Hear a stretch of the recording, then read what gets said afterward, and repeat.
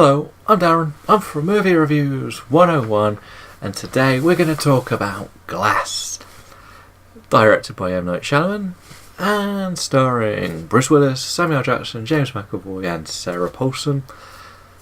And this movie is the sequel to Unbreakable and Split. The story here continues to follow on what happened after Split, with the Beast, or Kevin, who whichever personality you want to call him, on the run, but now David Dunn, the Overseer, is out to find him. Only for a doctor to capture them both, put them in a home to study them and to figure out whether they are just a bit loopy and think they are superheroes or they are actually humans with advances. Okay, that sounds like X-Men. But now, we like to not just do a review, we like to do the 3 ups and the 3 downs. So, 3 ups. The ups has to go firstly to James McAvoy. We already praised him like mad for his performance in Split. This time he gets to bring out more personalities, and the switch is even like this, and he effortlessly goes from like 9-year-old one that we love to Kevin, to the stern one, to Patricia, and he has like a sexy one, and he has like a hooligan one, and the Beast, which of course is the most frightening. Each of these personalities has made his own now. While there is a little thing that I didn't like about one of them, the rest of them just worked perfectly. Again, just brings it back. Let's just let James McAvoy do multiple personality psychopaths. He seems like he's ready for it. Number 2 has got to be, I was a big fan of what the story was trying to achieve. And I like the idea that we're trying to bring the universes together to have a bigger picture. While I can't get into too many details to what was going on, I do feel like what we had here was something that was ambitious as it should have been. Even if some of the dialogue is a bit weak. We'll get to that later. And the final one has got to go down as we know what we're looking for with an M. Night movie. We want a twist. Everybody knows there's going to be a twist. Unless you watch... No, even the last M-Bender had a twist. It was crap. But everyone else wants to just go and see what his twists are going to be now. So, this one is one that delivers very well. So there's the 3 ups. So the 3 downs. So this is when we start to get a little bit negative about things. Considering this is a movie I actually did really enjoy, I'm not going to lie. There has to be some things I didn't like, and the first one is the dialogue. They literally throw every superhero comic book trope down your throat, and it gets really annoying, and I'm not going to lie, it was like, do I need to see that again? Do you need to say that every time?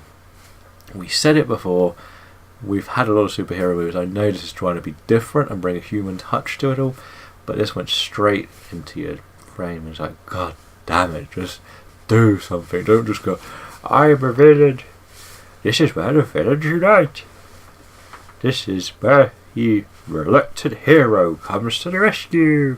And it was really not that inspiring for writing.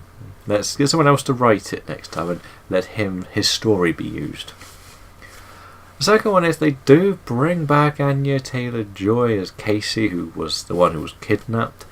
And while there was some part of her character in that movie that was important to why she survived, she's kind of wasted, I felt, in this movie. Not necessarily anything to do with her acting. We know she's a great actress, but the character was just, here's Casey, and she's friends with the 9-year-old version. That was, I know there's a little thing that happens, but I felt like they either had to pull a trigger on one direction for a character or just not have her. I think that's probably the best way to describe where we are with this character in this movie.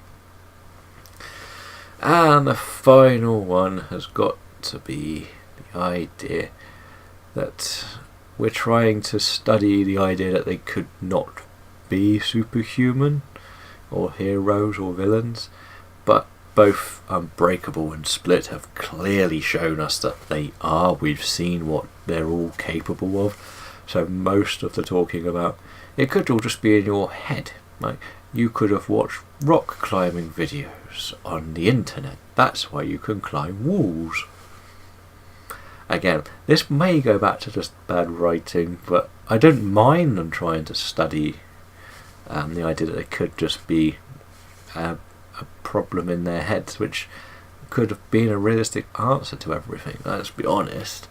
But going into the every single element of what happened just got a bit over the top, and it kind of felt like they were trying to do what was done in Deadpool when they were trying to cure Wade Wilson, or by forcing a mutation. It was like, you haven't really got a mutation, have you?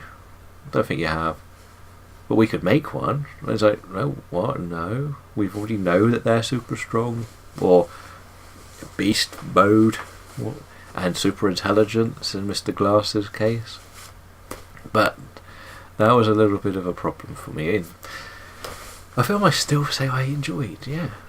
I like the world building in this movie, so I can't hate that.